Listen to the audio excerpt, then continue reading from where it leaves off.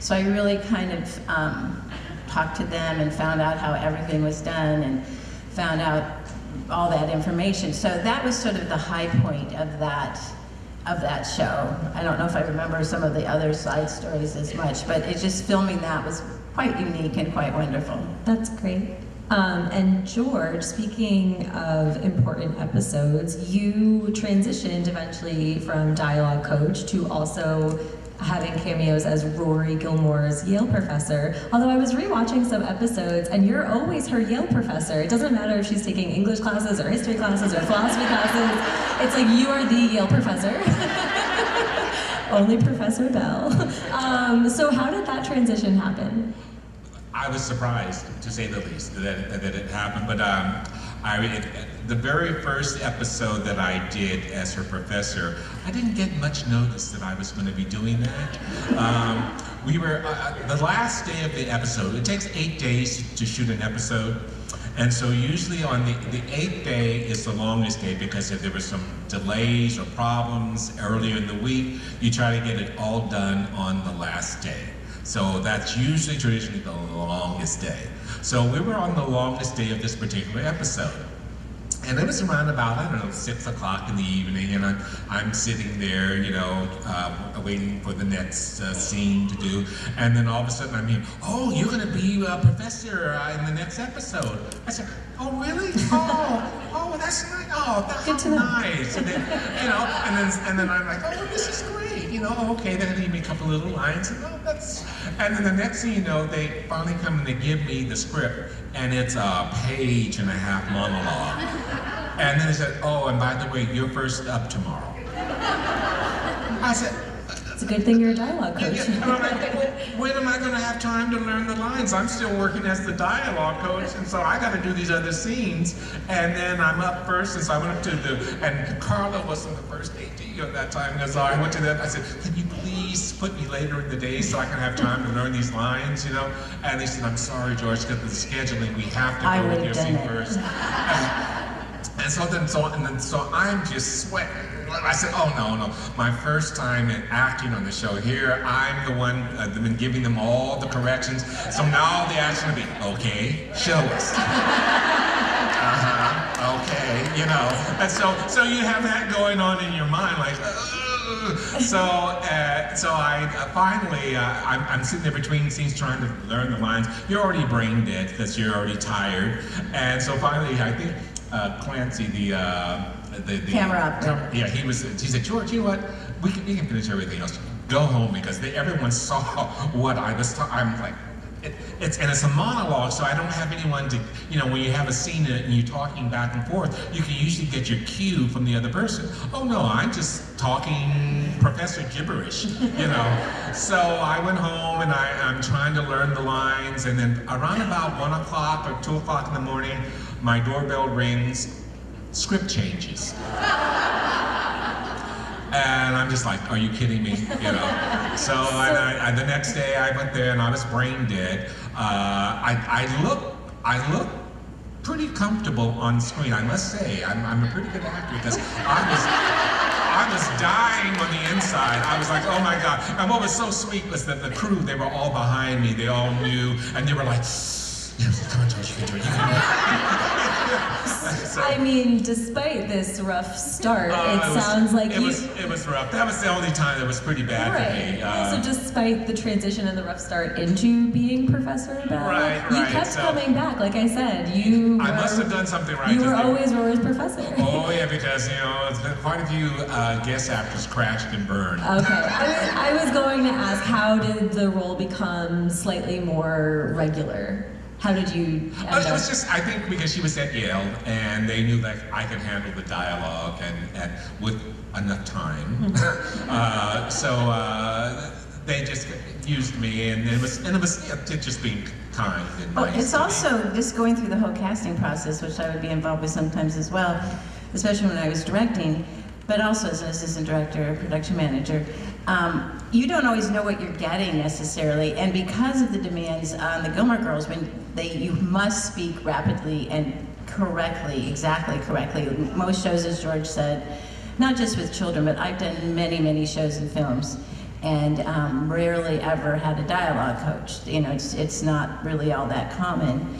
And because they do allow actors not to say things precisely necessarily, but Amy wrote most of the scripts, and Dan, and created the show and was in charge. It's her baby, and you know, writers like to hear their words, and she had a whole idea about a vision for it. So you kind of get a lot of unknowns where people just aren't what you want. So they knew that George could do it. So, and we all love George. So have George do it. Carla, that's great that you played a role in some of the casting. Do you want to talk about some of your experience with that? Was there any particular character that you enjoyed casting? Well, believe me, I wasn't like, I mean, I would sit in or no or whatever. I as assistant, I mean, the casting agent, and ultimately Amy was the one who did that. But as a director, you do have say in some of the things, people that you have. But actually, most of the people that I sort of wanted for the role in the episode that I did were chosen, so I didn't have final say, that's for sure. Well, George, going back to Professor Bell times, there's one pretty notable scene that you're in. You're in a lot of great scenes, but there's one where I believe it's season 5, and Rory's sitting in her class that you're lecturing in, and the Life and Death Brigade, Colin, Finn, and Logan come crashing through, and they put on this whole little skit. You like, right? I don't want to say the words out loud what they say, but they may or may not say like, "Give him back his balls." they're joking about the fact that Rory is like playing with their hearts. It's a joke. What was it like to film that scene and work with some of the different cast members? It was so much fun because one, I had enough time to prepare, so I knew my lines, and I love Matt and Tank and Alan. What's the character's name? Colin. What's his name? Colin, Finn. Finn. You guys know. They're great guys, just great guys, and we had so much fun. And actually, the crew played a trick on me that particular day. Stemming from the first time I had gone on and didn't have any time. So they kept bringing, every day when you work on the show, if there are changes, then the color of the pages change. So the pages originally are white. Then if they're changed, what color? Then blue, then after blue, pink, and then yellow. And they kept changing the colors of the pages for me, so I'm in my trailer, and I got my lines, and then all of a sudden they come and knock on the door and they give me changes. And I'm like, oh, okay. So then I'm trying to learn the changes, and then knock on the door again. More changes? Then they wait until I get actually on the set.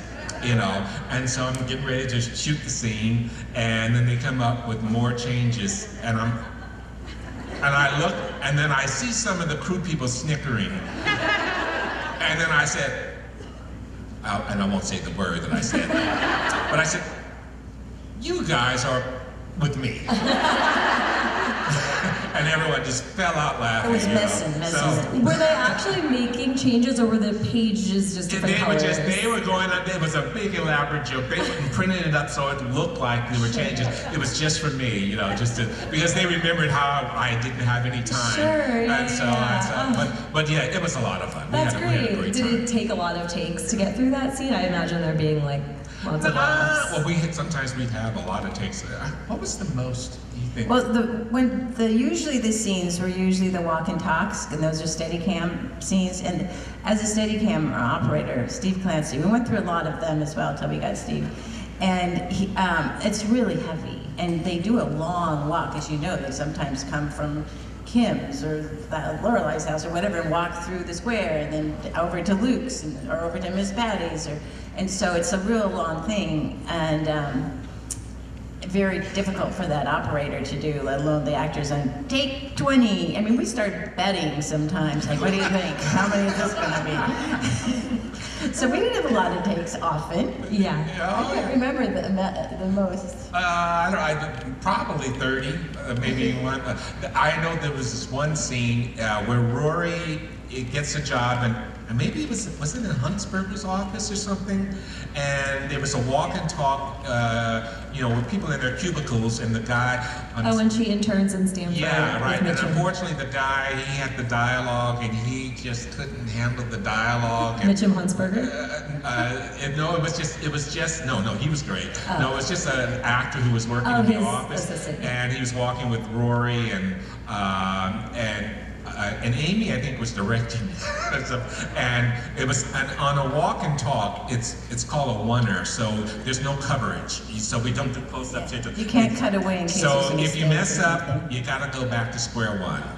And we were, I don't know, we were in 20-something takes. And I remember Amy came out and said, "I will give you $20 if you get it right this time, please." And we were like, "Oh my God," and it's late in the evening. So. Sure. Well, speaking of which, you both have very long, great careers and have worked on so many different projects. What is different about working on an Amy Sherman Palladino show or project than the others? For me, it's the writing. She's such a great writer. And it's clever, and all these obscure references, and some shows, they encourage the actor, you can improv a little bit. So you can, and I would explain that to some of the guest actors on Gilmore Girls. I said, look, on certain shows, they'll say, okay, you don't have to say the lines exactly as written, you can just kind of just give us the idea. On Gilmore Girls, it's got to be exactly as written, because it's all there on the page. That's very true. I was the first assistant with Joe Dante on The Burbs with Tom Hanks and Carrie Fisher, and we would often just say, okay, just improv the scene, and so they would just do something. Didn't always work out so well, but in many, many shows.